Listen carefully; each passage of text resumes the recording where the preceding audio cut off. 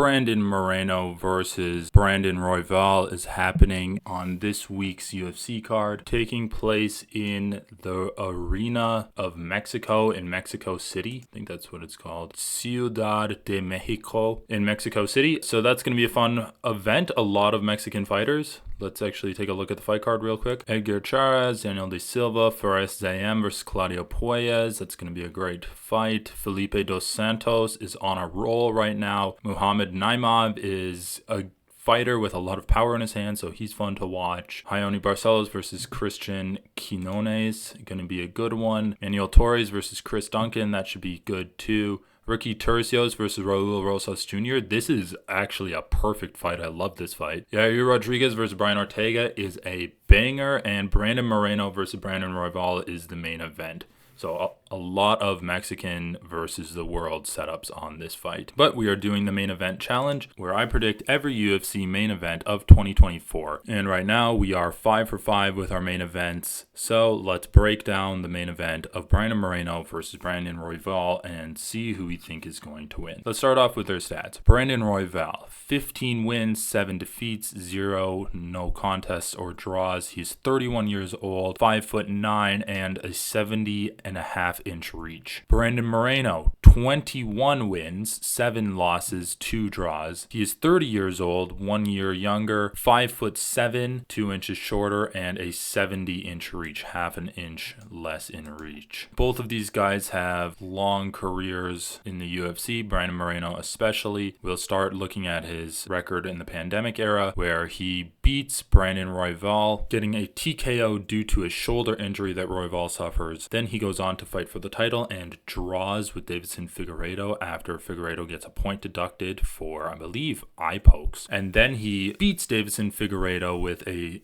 round 2 rear naked choke. Then he loses to Deiveson Figueiredo. Then he beats Kai France and then beats Deiveson Figueiredo again with a 1, 2, 3, 4 fights between the two of them. Then he fights Alejandro Pantoja and loses that fight in a split decision. Pretty close fight. And now he's fighting Brandon Royval. So Brandon Moreno has always been around the title picture ever since he got there in that original draw with Deiveson Figueiredo. Brandon Royval, in the pandemic era, he beats Tim Elliott, triangle choking him in the second round. Then he guillotines Kai France in the second round on Fight Island. Then he has that fight with Brandon Moreno, loses due to his shoulder injury. Then he loses to Alejandro Pantoja, getting choked out by him. Then he wins a split decision over Rogerio Bontorin, guillotine chokes Matt Schnell in round 1, knocks out Mateus Nicolau in round 1, and then goes and fights for the title against Pantoja and loses a unanimous decision, and now he's fighting Brandon Moreno. So already we can see that Brandon Moreno just is associated with a higher class of fighter than Brandon Royval is. Not only is Moreno consistently fighting higher level of competition, he's also doing better when he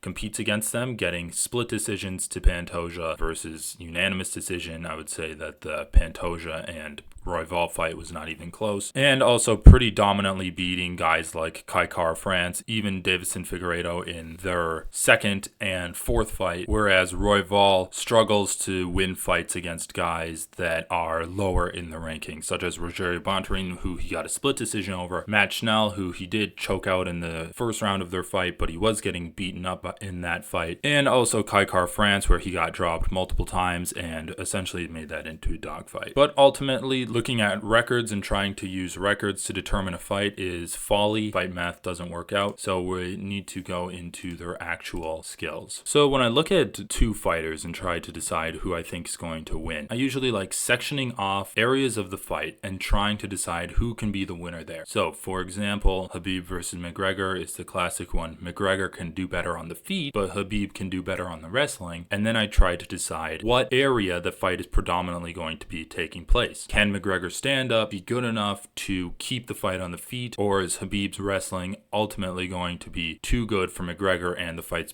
going to be taking place on the ground? And through that system, I can determine who I think is going to win a fight. Of course, this isn't 100% effective because in MMA, there is really no clearly defined boundaries such as we are wrestling and now we are striking, or we are doing jiu-jitsu, or we are doing submissions, or anything like that. So everything that you categorize needs to be taken with a grain of salt belt and the understanding that these categories aren't hard and fast rules. So what areas of the MMA playing field do Brandon Moreno and Brandon Royval each like to inhabit? Brandon Moreno and Brandon Royval are good everywhere. Moreno excels in wrestling, notably choking out Davison Figueiredo in their second fight. He can scramble along with the best of them, and also showing good defensive and aggressive wrestling in the Pantoja fight. Keep in mind, Pantoja and Figueiredo are two of the hardest hitters and best jiu-jitsu and wrestlers at the flyweight division. Maybe Mokaev and Amir Albazi have something to say about that, but as of now, they are two of the best wrestlers. And Moreno not only survived a lot of their attacks, but he was also successful in taking both of them down. Even Pantoja, he got his back in round 2, and ultimately he wasn't able to keep Pantoja's back and attack submissions from there, but just the fact that he was able to get Pantoja's back bodes well in his chances against Royval. Moreno also has good striking with a slick jab and good combinations down the center, just a nice 1-2. He really bloodied up Pantoja with his jab, and he was able to outstrike some of the better strikers in the division in Figueiredo. In their fourth matchup, winning all of the rounds on the feet against Figueiredo, and then ultimately cutting his eye and causing a doctor's stoppage. And against Kai Kara-France, outboxing him and finishing him with a kick to the liver in round 3, I believe. We also just need to talk about Moreno's chin. He fought some of the hardest hitters at the flyweight division, and even though he got hit, he always survived and came back. And this is a big reason why people love Brandon Moreno, for having exciting fights all the time and having a warrior spirit. With one of the biggest left hooks in the division, he eats it, gets sat down, but comes back and arguably wins his fight and gets a split decision at the end. So while there are lapses in his defense where he gets hit by big shots, I don't think the lapses are big enough for someone like Brandon Royval to take advantage of. And I don't think Brandon Royval has the power to sit Moreno down like what Pantoja and Figueiredo did to him. Let's talk about Brandon Royval now. So Royval is a crazy fighter. He himself calls himself a crazy fighter. He just fought for the belt against Pantoja, and it didn't go his way. Basically, Pantoja just came at him like a bat out of hell in the first round, and even though Pantoja did end up gassing by the end of that fight, he still won pretty convincingly. And a big part of Pantoja's game was getting the takedown on Royval and just holding him down, landing decent ground and pound, but ultimately just holding him down, winning the rounds like that. Royval is a chaos fighter. He loves to fight in the chaos. He doesn't have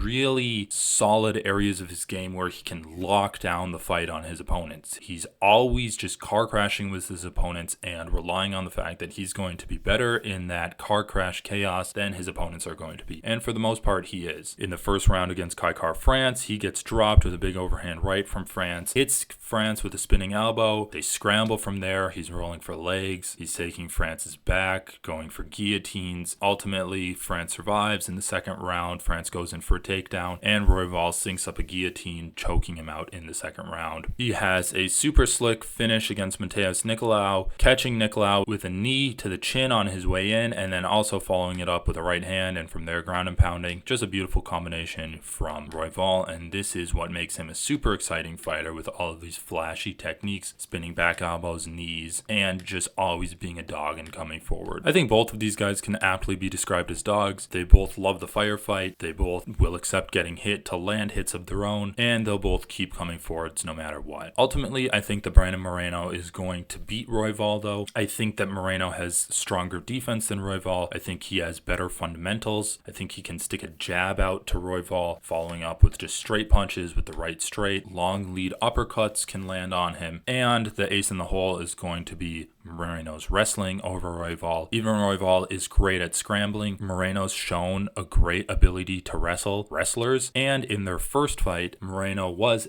out wrestling Royval, even though Royval was scrambling and just generally being a spaz. Ultimately, it didn't really work, and he was susceptible to the wrestling from Moreno. And I think Moreno's just gotten even better at wrestling since that fight. And I think that that's going to be a big tool that he can use against Royval in this fight. This is a fast 5-round fight. Royval did say that one of his biggest weaknesses are the wrestler types in the division, and he credits that stylistic matchup for his loss against Pantoja in his last fight. I think that if Moreno puts a wrestling pace on Royval, he should be able to just grind out rounds and win fairly easily just through that alone. Another thing that we need to look at are leg kicks. Royval is a spaz, and being a spaz means that his legs are open a lot, and that can also be a tool that Moreno uses on Royval. Ultimately, I don't think that Royval has enough power in his hands to really finish Moreno. We've seen Moreno get hit by some of the hardest punchers in the division and keep coming forward, keep fighting. Maybe Royval's spinning back fists or elbows or knees could sit Moreno down, but I don't think it's going to be enough in the end. And my official prediction for this fight is going to be Moreno by decision. I think he's just going to outstrike Royval and mix in clinch work and grappling whenever he sees opportunities for it, and just grind out at least 3 rounds on the judges' scorecards. I don't see either guy getting finished. Royval is super tough, and so is Moreno. Moreno didn't get finished by, again, the hardest punchers in the division, so I have a hard time seeing Royval finishing him with strikes or even with submissions. Even though we know Royval has good submissions like guillotines, arm triangles, Moreno spent multiple rounds with Pantoja on his back, Davison Figueiredo trying to catch him in submissions,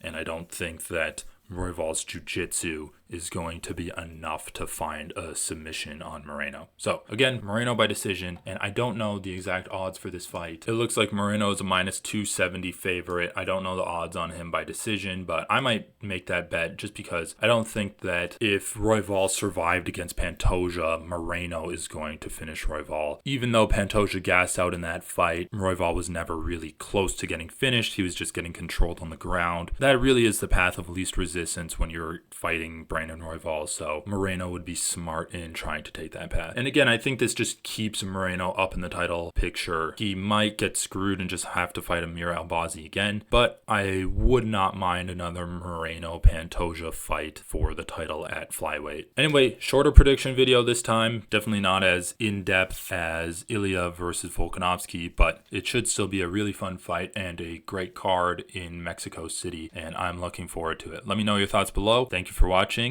Leave a comment, like, subscribe, and have a great day.